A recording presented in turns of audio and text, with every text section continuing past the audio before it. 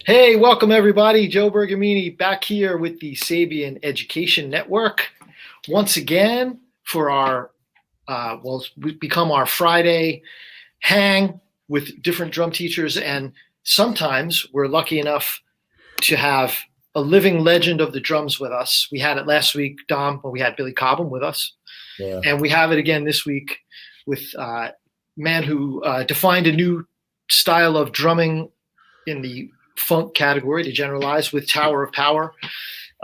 Influenced drummers all over the world as a player, and is, in my humble opinion, one of the greatest educators that we have.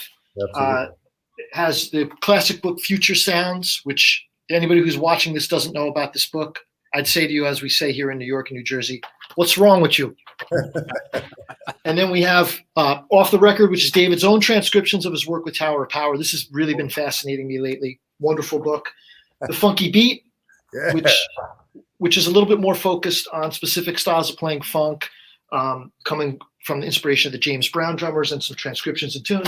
And but there's also, and don't forget, in Funky Beat, there are some great play-along tunes that David then did in the follow-up book. So it's real good stuff to apply what he has in books like Future Sounds into the music.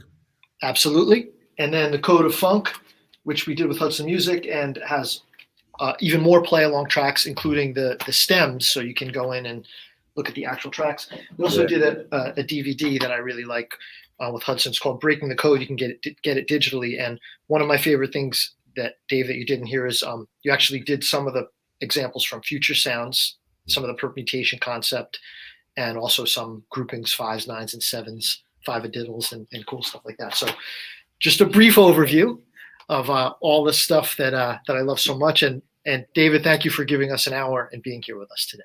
Gentlemen, a pleasure. This is awesome.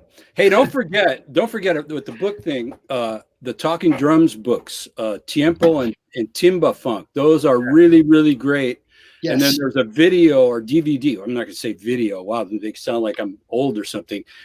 There's a DVD that's available too. So it was like a trilogy. So we did the 2 books and the DVD, and it's kind of this really, really great overview of what we were doing. Cool compositions, play along stuff. Very unique. Really cool.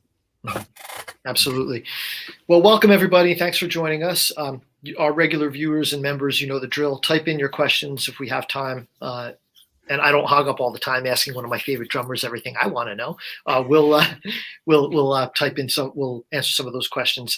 And for those of you watching on the replay, welcome. Make sure you watch all of our other episodes that we have. So, Dom, I think the first thing I would like to ask DG is about his cool setup there. You're coming to us from your home studio, Dave? Yes, I am. Check it out. Yes, I am. This is my home studio. And I'll stand up so you can get a better view kind of what it looks like. Welcome. I'll put it's kind of evolved here a lot recently because of all this stuff that's going on. Nobody's gigging. So I had kind of just been using my studio for practicing when I come home in between trips. And so now I'm teaching out of here. And I have video, as you can see, and all this stuff, and I'm streaming, and I've done a couple of recording sessions and different things. And so I'm kind of building it up to this little, recording studio, practice studio, teaching studio kind of thing. And it's evolving, but it's pretty cool. Yeah. That's great. So do you have, I see you don't seem to have the drums mic'd up. You have some other way you're doing the recording? Well, I'm using the Yamaha EAD. I just started using it. It's pretty cool. Yeah, it works well. So it's pretty cool. Are you specifically working on a project, an educational project that you're ramping up for, or? Well, funny you should ask that. It's like this. Yeah, really. Okay, so. Why, yes. I'm working on a project with Rob Wallace, Hudson Music, a new project. And let me give you a little information here. So it's called DG's Notebook. It's based on my practice notebooks, of which I have many. Oh, wow. And this is just kind of like it's sort of like going to be a presentation of like raw data, the way that I think about playing, kind of how it goes. Here's something from March 29th of this year, if you can see.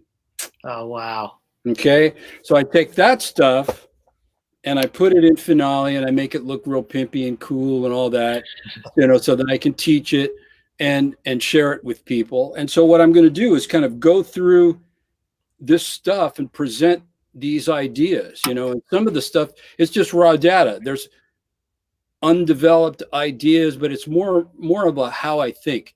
I started doing the notebooks like when I was 17, kind of like I wanted to see what it looked like, what I was thinking. So I kind of started writing things down just to see if I could do it.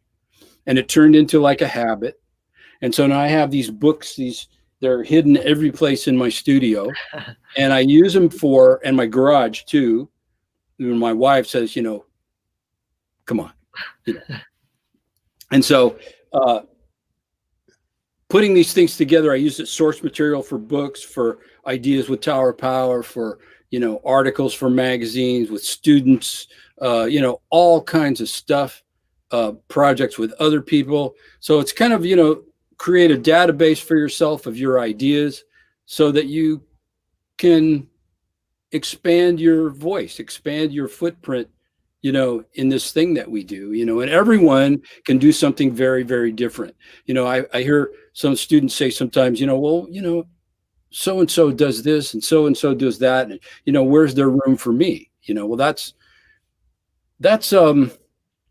kind of a misinterpretation of what happens when you create.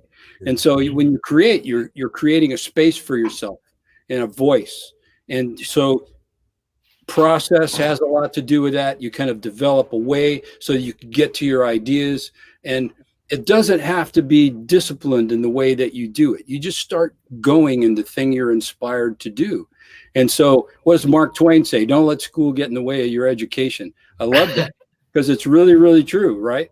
And so we see people who are viewed by society, and even within our community and music at large, they're geniuses. We call them geniuses.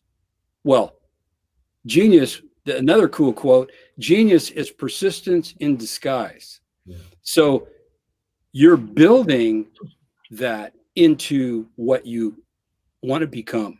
Guys like, Vinny and other people that we know, Weckl, Dennis Chambers, Billy Cobham, all these guys who are people high regard in our community. They didn't just appear on the earth that way. This is not some sort of alien visitation. These guys, busted their ass to get where they are and continue to do so. And that's available to everyone. You find the thing that excites you, that kind of ignites you, right? And then you just start rolling. Wow. I think what's amazing about the notebook, David, is that your notebook, first of all, it's stepping into the inner workings mind of David Garibaldi. That's one thing. Yes, and that might be a little dangerous, but we're going to go there anyway. The other part of it is with some of the lessons that you've taught, especially what I've heard feedback from some students that I've also had. They said this notebook idea has sparked them to start writing their own notebook. Yeah. Now you're sparking them to get into this world of creativity, and stuff's happening. They're starting to grow from that big time. The notebook idea is pretty cool, because what I noticed with a lot of guys is, and I say this respectfully because everybody's really nice and working really hard and all this stuff, but you can't be looking for a rule to get you to the next place. You can't be looking for something out of a rule book that you're going to use, on your next gig, an idea out of a book, an exercise, something to help you, get through the gig, this and that. So what I encourage people to do is let's forget about the rule book for a second. And what do you want to say? What do you want to do as a player? What inspires you? What do you like about drums? What ideas do you like? What styles of music do you like? So the assignment often is to start a notebook and come back with 10 ideas, write them down, send them to me, and then teach them to me when we meet again. Mhm. It blows people away how fun it is and how it exposes them to a part of themselves they really didn't realize was there. And I said, don't worry about copying and all this other stuff. If something appears cool to you when you play it, there's the idea right there. That's the thing that you want to write down and develop, right? And so with some guys now, we've done, 2-3 sessions, and it's just an ongoing deal. Then we get into other stuff too. We talk about hand technique and, get into some book exercises. But the thing when we get into the books, we always take it somewhere. So I'll say, here's an exercise out of the book. Take this. Now build something off of this exercise. Don't just spit it back to me. Learn it, but then create something with it. Don't worry about if you can use it on the gig. Don't even think about that, because as we all know, no idea is a throwaway, right? Everything works in the right context. Just because you can say prestidigitation doesn't mean you're going to use it in every conversation, right? So it's the same with, with what we do, right? That's great. What it does, David, too, is because some of the students that have shown me some of their 10 ideas that you've done with them, it really kind of made them analyze their writing skills of how they know the idea of what they're putting down. Yes. Sometimes it's correct, sometimes it's not correct. So you've really kind of made them now reanalyze, understanding exactly what they're trying to get out of their mind onto the paper. That really is a great exercise.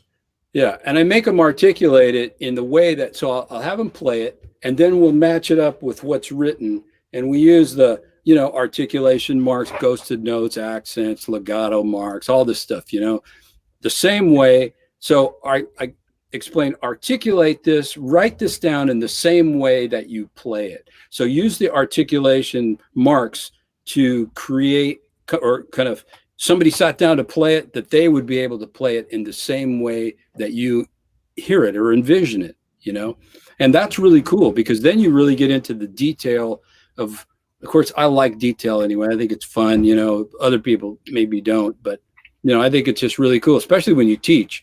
You got to have detail for people, you got to hit them with all this information from all sides, and then they do what they want to do with it, teach them how to use it in different ways. Yeah.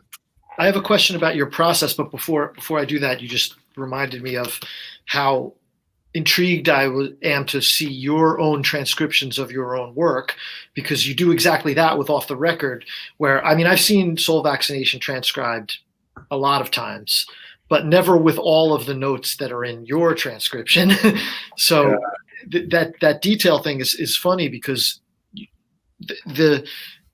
if you are not listening to it enough, there's such a disconnect between seeing all the ghost notes, all the accents, and being able to, at the end of the day, in a song like that, for instance, you're transferring it into emotion, because when you play the loud note, what Dom and I would call a control stroke, a downstroke, and you're ghosting after it, I'm guessing that's like a natural movement for you that got into the flow of notes, and you're not necessarily overtly thinking about all those notes when you play the groove in execution. Is that sort of true? Accurate? And when Dom told me once, "Oh, you're playing control strokes and pullouts," and I'm going, "Okay, hello." I had no idea that that's what it was, because I was listening to what drummers play, that I was kind of like getting all this stuff from, and I was kind of hearing some of these things. I'm not sure if that's what they were playing, because I never saw anybody do it. But so I was trying to replicate what I heard, and those motions were a result of that, just trying to replicate something that I was hearing, Right.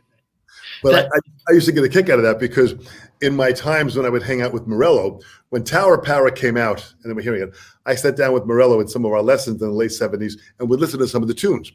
And Morello would say, in almost a very academic way, oh man, his control strokes are absolutely flawless, and his tap note is so fluid and sensitive and they would academically analyze this thing. That's great. Your control strokes are like your ghost notes are like down to here. They're more felt than they are heard. And well, they are supposed to be a ghost note, and so just by definition, they're transparent. Supposed to be, right? So the thought is, which I always teach people, and I try to do it myself, is to that little egg shaker thing, right? You want to have that thread of that little thing that weaves itself throughout all of your performance. At least that's what I like to do, is have that little thread going all the time. So you hear this interaction between your hi-hat and snare drum, all the inside stuff. And because you have all these different tonalities, using different parts of the stick, different parts of the cymbal, you use your left foot and the ghosted note, and you create like a texture or like a melody that's part of the fabric of your groove, right? And so there's this thing that's going on all the time that sort of follows your groove, that creates this little texture, But that was the analyzation of Morello, that fluid silkiness that you apply was how he began to interpret it. Of course, then he had the articulation of the notes. And I remember David and I did a tour together throughout Germany, and we talked about this. And I then I went to the music store and pulled out Future Sounds. And in the book, I circled all the areas where these pullouts and control strokes are happening. And then David wrote an article for Modern Drummer. So if anyone goes back and finds that article, go back in the research of the past few years, because it really explains exactly what he was doing. And it's, again, out of the mind of Garibaldi. Mm-hmm. Well, I was just making up, stuff that I was hearing guys do, thinking that I was doing it like they were doing it. And then when I saw them do it, and it wasn't anything like that, because you listen to records, because how we used to learn, right? We're all old enough to have learned from records, and so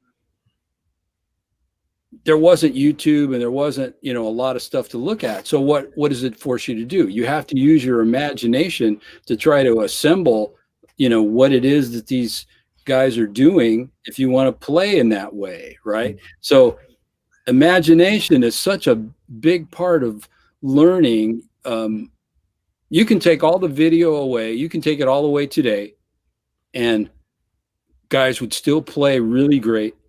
And I think people would even sound more like themselves without video, because that's, I have this little group of guys where we're meet every Monday, Wednesday, and Friday. We're meeting today. The stick people, Mike Clark, Lenny White, Michael Shreve, and Greg Rico. Wow. We're meet Monday, Wednesday, Friday, stick people. We're going to do something together. So we met in 1970, 71 in the Bay Area. That's where we met. And so we all listened to each other. We all went to each other's gigs. We all hung out, but we didn't sound like each other.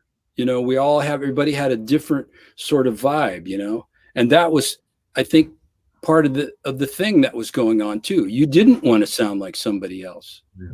You wanted to have a personalization in your playing. At least, when I talked to those guys, that's how they thought about it. Did you know that Bitches Brew was recorded 24 hours after Woodstock? Did you know that? I never knew that.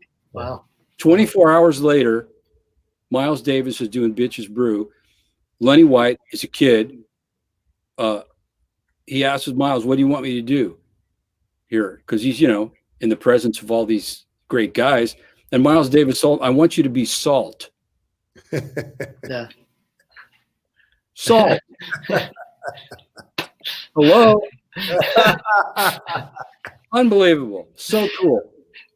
We were talking about Bitches Brew last week with Cobham. Yeah. But, it's funny that everything you're saying, there's and your books have all this documented stuff. So going back to your earlier point, even if you practice the stuff and it doesn't come out sounding exactly like what you're doing or what Dom might do or what I might do, it becomes your own thing. It almost doesn't need to sound just like the book.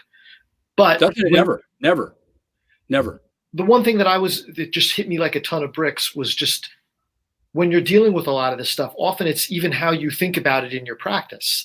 So I don't know if I ever heard you talk about soul vaccination in this exact way, but I was like, oh, I get it. I have to be able to play Swiss triplets and accent either note of the left hand, and then I'll be able to play the groove. Like until you get the motion of it, I'm just fascinated with the detail and translating that from the page into like something that flows, you know? And then there's the whole factor of like, I've heard some drummers play it where they're playing all the notes right, but it's not flowing and grooving the way it does when you play it, you know? So there's all these multiple layers of things happening there, you know?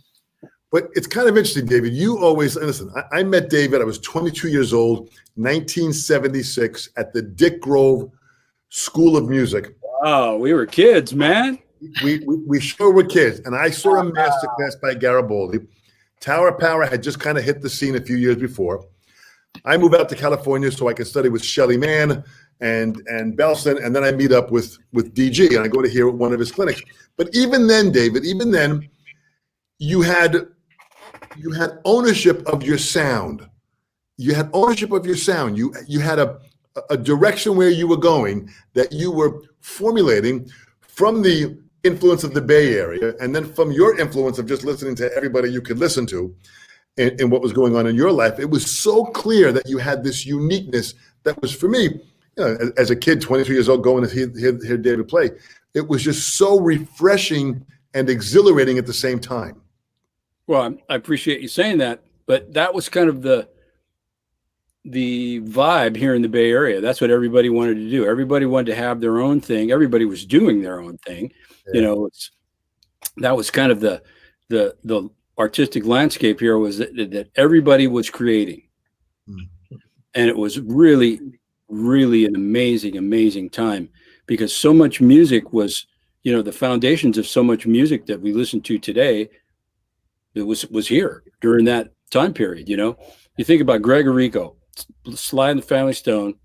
He was 17 when he started playing with Sly and the Family Stone. Oh man, what a groove! 17 years old and playing all that great stuff, you know. Yeah. And where's he getting it? He's doing what all the rest of us were doing here, listening to all these things, putting all these things together, kind of fusing all this stuff. It was fusion before it was fusion. That's kind of what all the guys were doing here, is they were putting all these things together to create an identity for themselves. And all the bands were like that. So we had great classical music, you know, San Francisco Symphony, all this other stuff. We had great Latin music, funk, great rock scene, great jazz scene. And so all of this was kind of in your thinking all the time. And guys were like building stuff based on all of this. When I met Mike Clark, I think he was one of the first guys I met after I got out of the military. And he was already doing stuff, you know, great jazz player, you know, very much like the sound he has today, more evolved, of course. But, you know, he was doing that then. This is like 1970, you know, he's doing this kind of stuff already, you know. Yeah. And a renegade dude, man. You know, him and Paul Jackson, I met those guys together. You know, Paul had his little, you know, V-neck sweater on with the elbow patches, you know, like this real nerdy dude, you know. And it's just really interesting. You know, there's so many of the guys around here. It's just a collection of really interesting, cool people, you know. Yeah. Creative, cool people. We have some great comments I want to show, but before I show any of them, Dave, just getting back to you're in trouble now. Getting back to the notebook thing for 1 second. I don't want to forget this question. Yes, so your thought process with all these notebooks, like when you hit the practice room, are you coming in like, okay, let me see what comes out today, or do you have like a shape for the week, or how do you? No. It's really undisciplined. You know, it really is. It really is. I mean, I can honestly say the only books that I've ever gone through were with Murray Spivak, and they were hand technique books, Stick Control, the Wilcoxon books, and Podimsky. Right.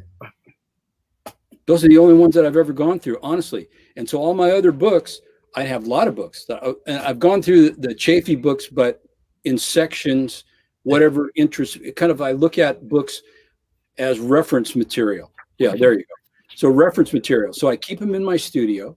And if I get an idea, I see a book, I look at it and I see something in there that I like, I'll kind of take it and look and mess around with an idea, but then I'll put the book away and immediately stuff starts to come out in here. So I sat down this week. I was going to start doing these videos for Rob because Rob is like tapping his foot in the corner, to get it together. And so I had something that I was going to do. Well, I sat down, I started messing around, and something else came out. This thing. Oh, wow. Hang on, keep it there for a second. This thing. Wow. All right, so I put it into the pimp machine, and here's what it is.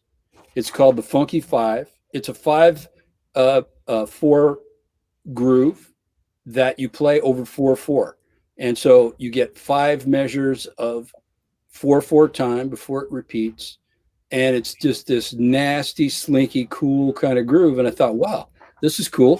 So, and this was on August 4th. You can see the little date right there. I gotta blow that up again. Hang on. Little date, August 4th. So the notebook is like that. I don't have any sort of, I don't know, not like an agenda when I come in here. The only thing that's like that is in the mornings I come and I am working on, I put together this little hand technique handout. And so I've been working on this every morning. I come in here with my coffee that says, good morning, sunshine coffee cup. And I come in and I do some of this hand technique stuff, just kind of fool around with it. And it's really helped my chops a lot. And so, I'm kind of developing these things. And you see, I have these things called ladders, which are, for instance, 4, 5, 6, 7, 8, 9, and then you go up and down these ladders, right, as an exercise, like doubles that way. So, for instance, you have doubles. Can you see this? Yes. Okay. So you start with 4, like so. Then you go 5, 6, 7, 8, then 7,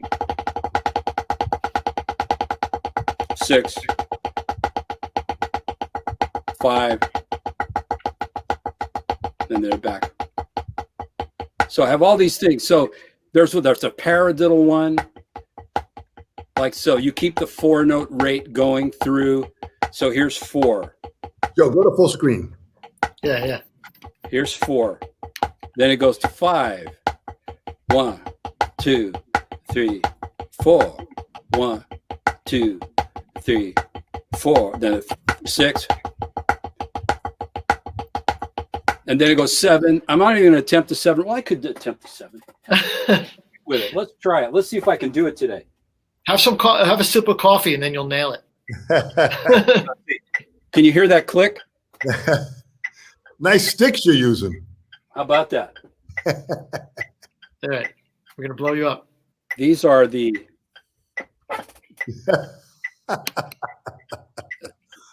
there. That's a collector's item right there.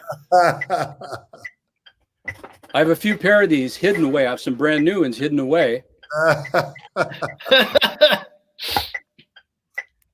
Okay, so here's the clip. This is 72 beats a minute. So if this is this ladder, and I'm see if I can get there. I'm going to turn 3 and 4 and then it goes 5.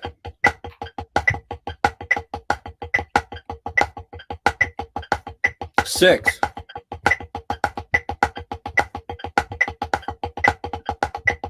7.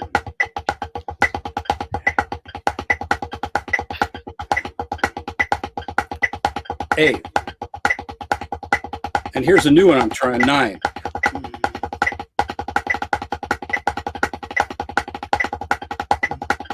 Eight.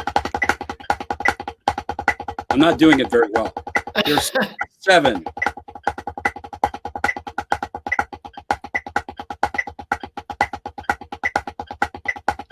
6.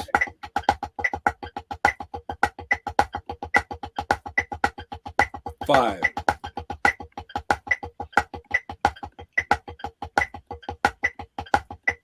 4.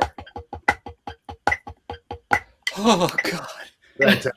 That's amazing. So that's like the Chafee thing has the singles and doubles going through the pyramid, but you're taking it's like way harder because the accent stays on the first note of the paradiddle, so it doesn't wind up on the first note when you hit the odd grouping.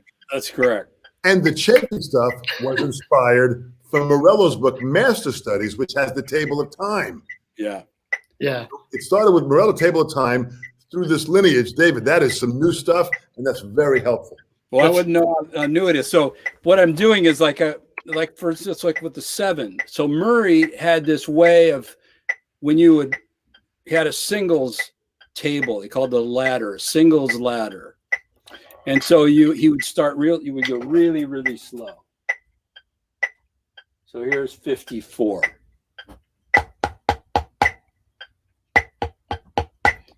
Okay, that's just 4. Then we go 5.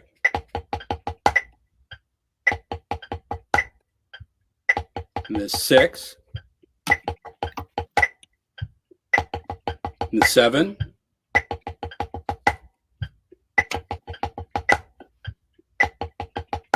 Oops, 8.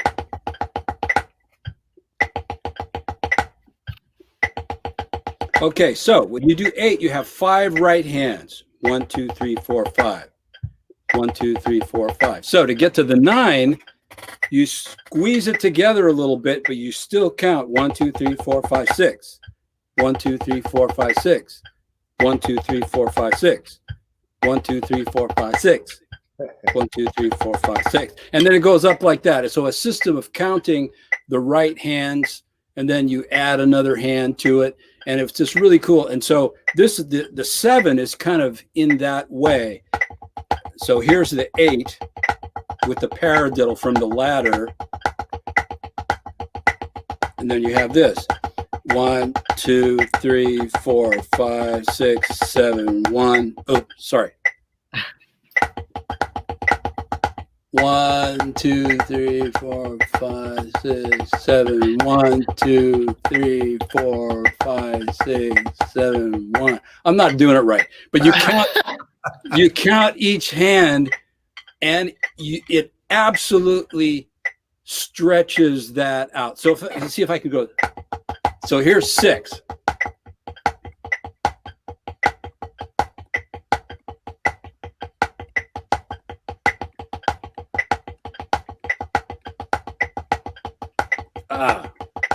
The tempo screwing me up. I got to put it back to the tempo. This is so great. I need to mute. If you're going to keep going, I'm going to mute and play along. Everybody mute and play along. Let's see if I can get through it once, because if I get through it once, then the day won't be a total failure. Okay, so 6. Sextuplet. 1, 2, 3, 4, 5, 6, 7. 1, 2, 3, 4, 5, 6, 7. I can't do it right now, but it works. I was doing it earlier, and I did it last week for the drum fantasy camp, but today it's not coming out. Maybe it'll come out in a couple minutes. We'll circle back to it and see. I'm so happy that I'm not the only person that experiences these things. Oh no, all the time. So this is like a project. I can't do this yet, so I'm working on this, and I'm teaching my ears how to hear these things. And so there's a flow to it, the 7 and 4 together. And if you get that sound in your head, pretty soon you're able to play it. It starts that way. Yeah. You teach yourself the sounds of those rhythms together, and then pretty soon you're able to do it in an easy way. Yeah. You know, I always say, Joe, what's interesting with David is that when David teaches, he's what the first part of it is he's sharing, and as he's sharing, you're learning, and he's testing you to really kind of dig deeper into yourself. And I mean, you were one of the first ones at clinics many years ago that had handout sheets. No other clinician was doing that. David came out, stuff was handed out. I still have those sheets, and I'm still working on stuff from freaking 1976. Actually, maybe if you would share that, if people want to go back and watch later, David, we could, what you were playing, we could share the PDF in the SEN site if people want to try it out. I'll send it over to you. I just want to show a few great comments just in questions. Fred Dinkins, who was our guest a couple weeks ago. Fred Dinkins. Wonderful comment here. Great guy, Freddie. David's always been a genius, way ahead of his time and saying wonderful things here. So thanks, Fred, for being with us again today. Chris Lesso, who was Dom's guest last week, and he sees Future Sounds on the music stand in the background. And this is sort of to what we were talking about earlier, David. He's asking, are you still working on developing the concepts in the book? And if so, how? Well, the Future Sounds is just kind of like the ground level, and so I would say kind of like the Future Sounds is more like a pimpy looking notebook, It's the same idea, it's a collection of ideas, it's motion principles, it's, all these different ways you can voice, hi-hat, snare drum, and bass drum, that kind of thing. And so, but then that's like you're learning vocabulary. So you take those things and then you assemble vocabulary, using your own vocabulary, you take those things and do other things with it. Murray taught us that drumming is singles, doubles, and flams, and that's it. So you're assembling using the language, your view of what you'd like to say. Now, right here in my formerly nicotine-stained fingers is a copy of the original Future Sounds manuscript. Woo! Wow. And this was everything I thought about drums. Everything I thought was important about drums. So this is in the 80s I was putting this together. So this, I see 84, March 13th, 1984, 83. So this was a manuscript. I put this manuscript together and I took it around to different people, and I didn't like what I was hearing. I didn't really know anything about music publishing, but I wanted to do a book. It was always a dream of mine to do a book, just like you want to play in a famous band or whatever. I wanted to write a book. Don't ask me why. I just thought it'd be kind of a fun thing, kind of a cool thing to do, because I admired teachers in the same way that I admire my favorite players. Yeah. So, I had like teacher heroes, one of which is on the lower part of your screen. And so those things really inspire me. And so I've had certain teachers who I still learning their lessons from, and those are the signs. Everybody's got those. Somebody that their lessons still resonate with you. I couldn't figure out who to take this to. So Sandy Feldstein at the time, the late Sandy Feldstein, was somebody who was really famous in our industry. And he just had the music, he was a music publisher, but also an educator. He was like a drummer. He taught at Potsdam University. He was a percussion professor and all this other stuff. So he knew the whole drumming thing, but then he had this thing about business and music publishing and all that. He had that other side of him that's where he put all his energy, So I call him up. I call Alfred Publishing, and they put me through to his office. Whoa. So he takes my call. He's very gracious. He knows about tower power. That's why he took my call, because he knows all about tower power, blah, blah, blah. And so I met with him. I took my book over there. He took my book home, and he said that he looked at it like it was a college paper. He took it all apart and looked at it. He said, I put it out on my my dining room table and looked at everything, and we came back and he said, great book, really great. I'm going, wow, this is great.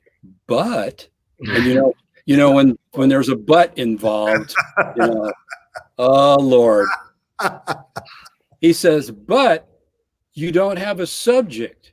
Yeah. Hello, right away, your subject, this is everything, and this is drums. It's the subject, right? He says, no, there's a subject in here that you want to teach, and you save the rest for later. So he says, go home, figure it out, and come back.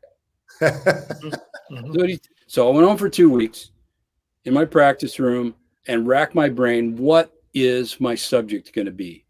And then I realized, well, the thing that I really liked most about drumming was the beats. I loved the beats and the groove and all that stuff. And that's the thing that I was trying to build into my playing. And so I said, that's it. So I went back to him and I said, my subject is hi-hat, snare drum, bass drum, the grooves, the beats. He said, shook my hand. He said, let's go to work. He knew that that's what the subject should be. And that was the brilliance of that guy. That's what a teacher does, is they ask you to do something that will lead you to what it is they'd like to see you doing, but they're not going to tell you because they want you to discover for yourself what's going on. Yeah. Right? And so that's what Sandy, he never, in all the years we worked together, we did projects together, he never once told me what to do, ever. But he was always asking me questions because he knew what I should do, but he wanted me to figure it out so that I had ownership of what was going on. And he never once told me what to do. He produced projects, all kinds of different, worked with them in different contexts. He was always so gracious and so cool, but very, very smart, because he could get you to figure out what was happening by asking you the question and then you searching, in here for the answer.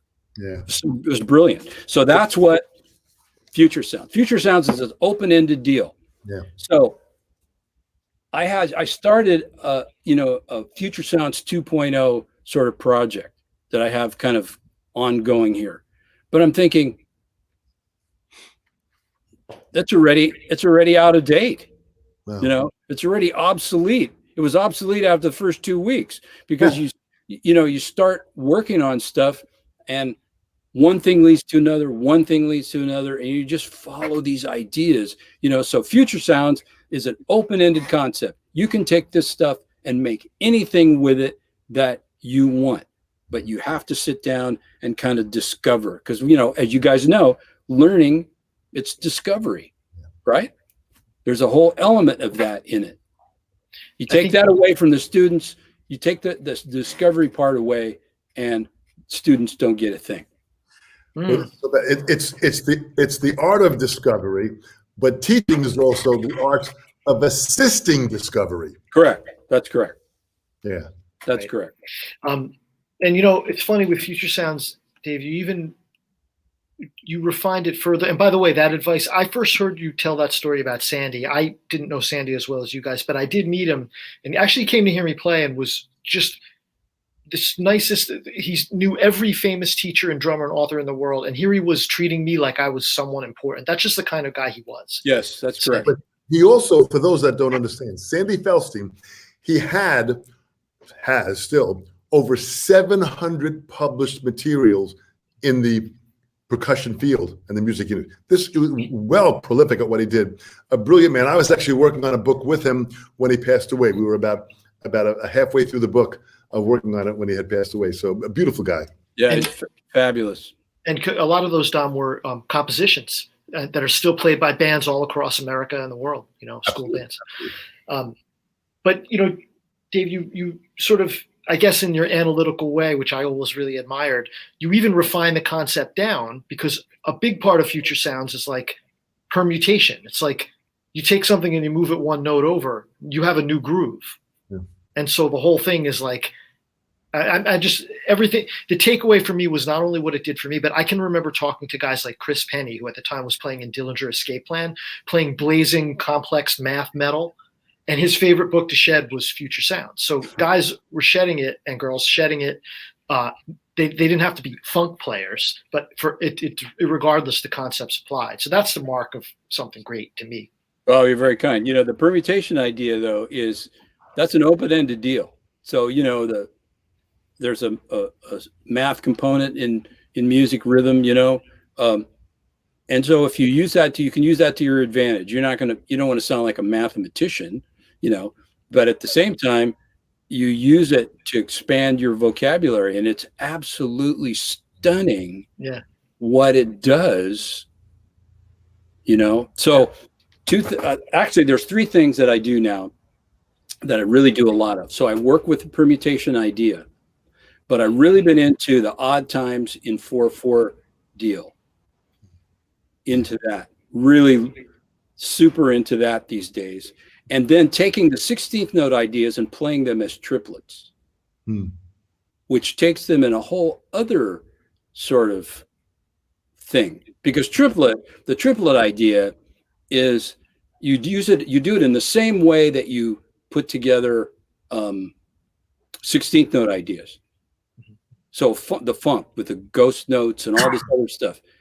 It's absolutely stupid, sick stuff. Some of the things that you come up with, it just absolutely amazes me, you know, and it's all inspired by the 6/8 clave, you know. So you can just assemble, from in the 6/8 thing. So that in itself, you do the 5 over it, you do the 7 within it, you know, 13, all these crazy things within it, you can create. So for instance, let's just take the 5. You have like 5/8. Well, let's do 11. Let's say 11, right? I don't know. Can you hear this? Am I going to screw up the audio if I do this? Hell no. Can you hear all that? Go for it. Okay. So you have this 11. Here's an 11 note phrase. This is it. Ready? Here we go. An 11 note phrase. You connect those.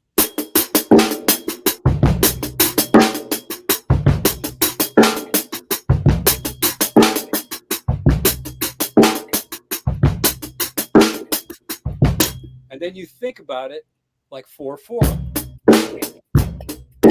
1, 2, 3, 4.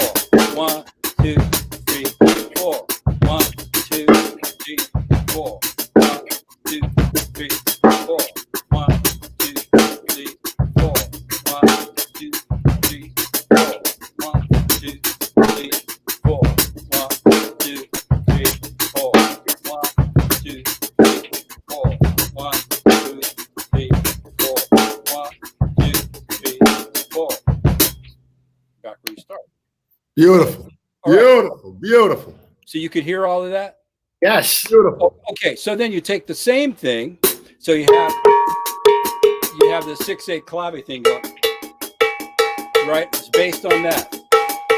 So you're thinking triplets, 2, 3, 4. We'll start with this.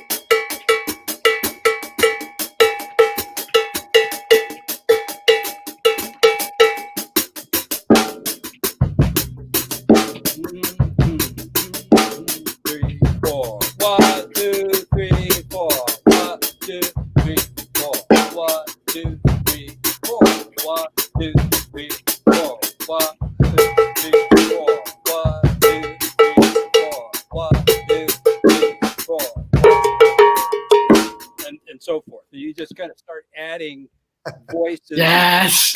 You know.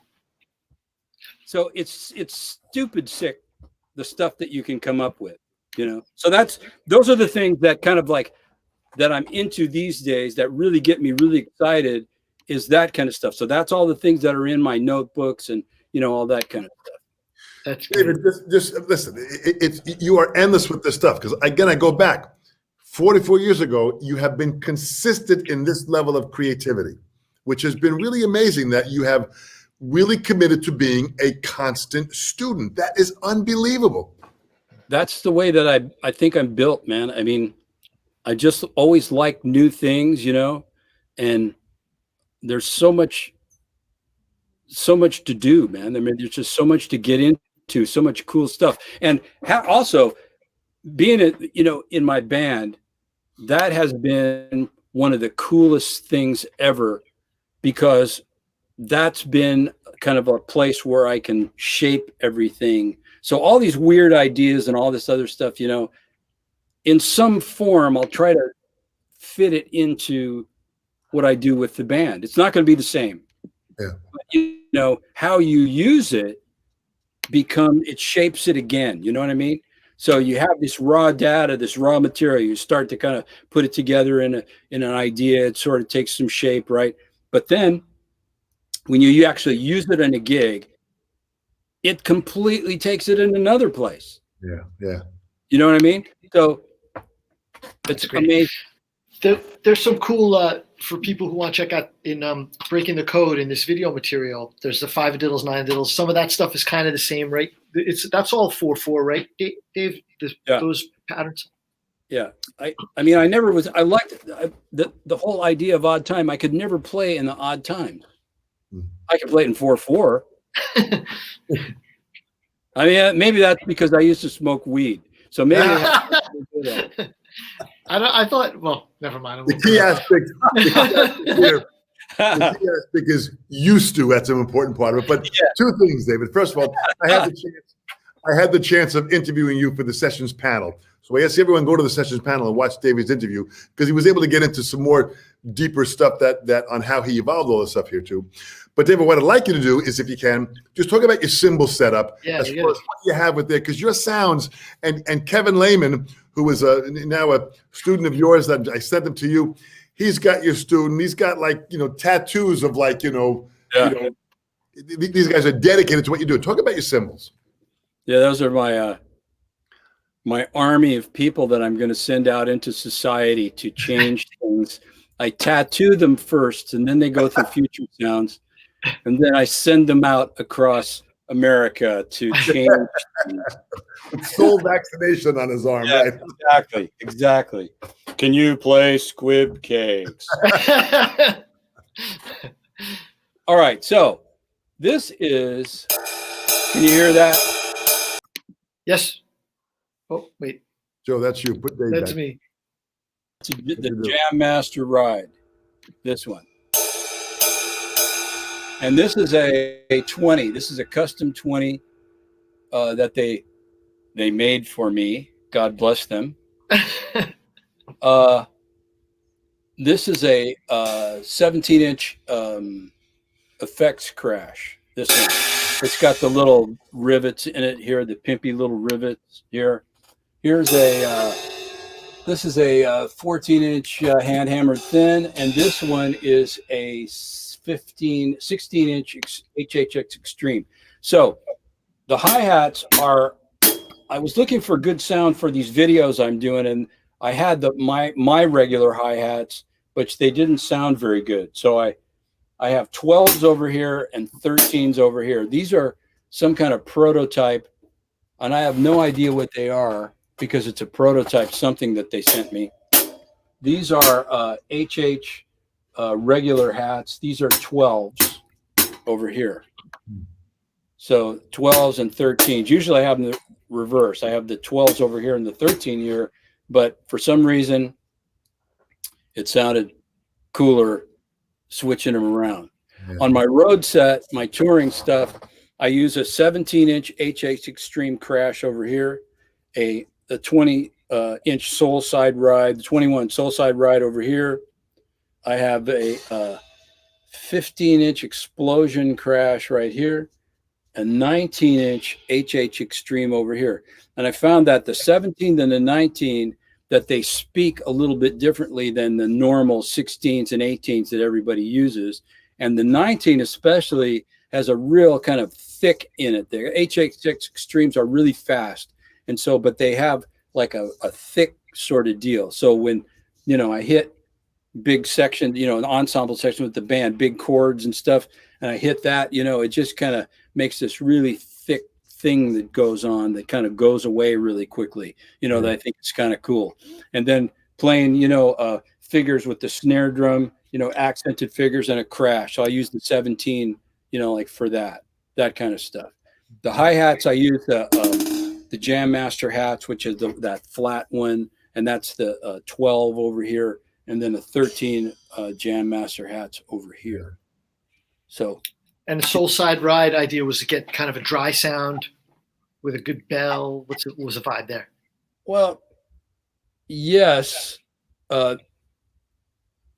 that sort of evolved. I think the initial idea had something to do with the guys over at Dub's Drum Basement in Dublin, California. Darren and those guys had something to do with it. Then it sort of evolved into, developing of a cymbal, and then Chris Stanky got involved, and Mark Love and all that. And then we started doing like actual prototypes, and then it was just me and them.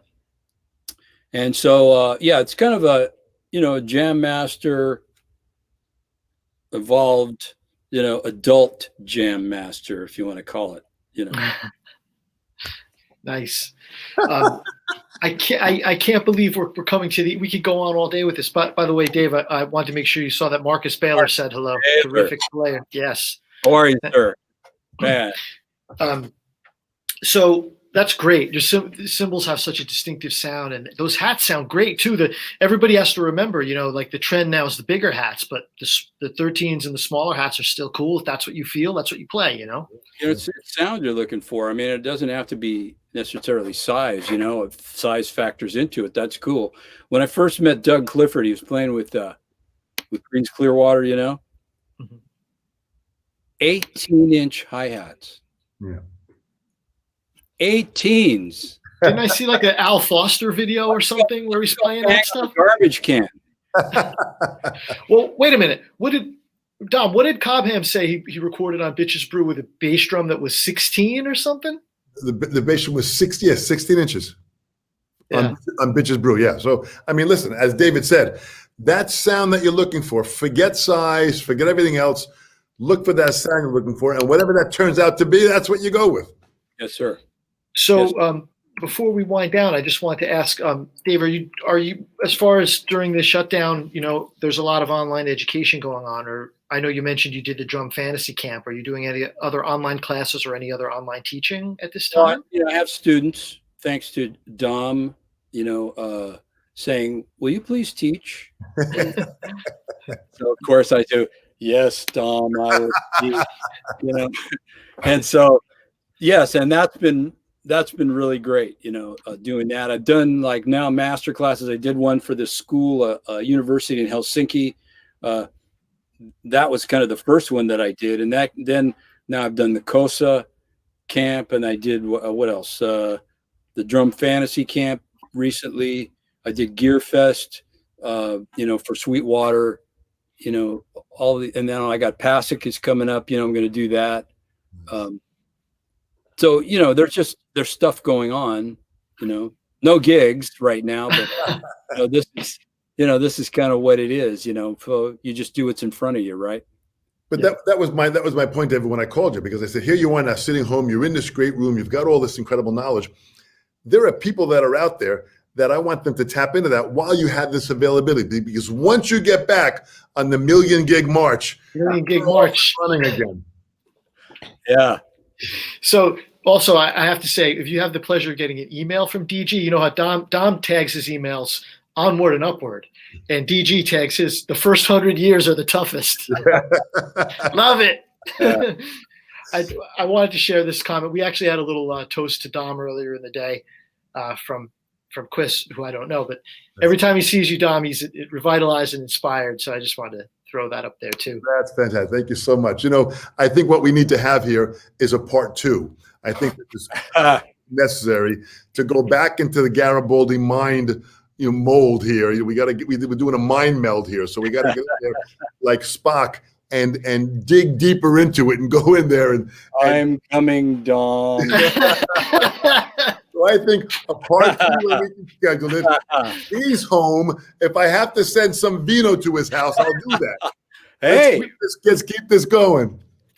This is going to be this next one though. We got to see inside DG's practice space, and he was just shedding with us, trying stuff. So like next time everyone's gonna have their pad. Well, I will at least, and we're gonna just go for real. We're gonna get together. We're gonna get a process, and you can take us through a shed session, a practice session, and we'll ask you more questions about the books and stuff. that would be great. I'd love to do that. That'd be cool.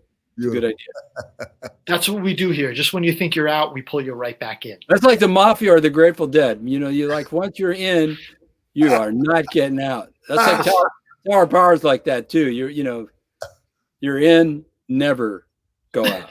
Ever. Well, that's all to our benefit because it just means constant great drumming from DG. So yeah, for sure. Well, thanks everybody for watching. Dave, thank you for giving us an hour of your time. It's a pleasure, guys. Man, it went by so quick, man. You guys are fun. Let's do this whatever and do it again if it's great. Done. I'm gonna email you. We're gonna put a date on the calendar. Thanks everybody for watching. I could tell everybody had fun. We had great comments here. Again, brought to you by Sabian. Greatest cymbal company in the world, the Sabian Education Network. Please go to sabianed.com, join the network if you haven't joined already. We'll be back coming up this week. Don will be back on Thursday. I'll be back on Friday as we continue with our million gig live session. Exactly. And what an honor to have the great David Garibaldi and my teacher, mentor, and broadcasting sidekick, Mr. Don Famularo. Thanks, both of you guys. Thanks, everybody. We'll see you next week. Bye-bye. Steve, thanks so much. Fantastic. Thanks, guys. Love you. See you. Bye-bye.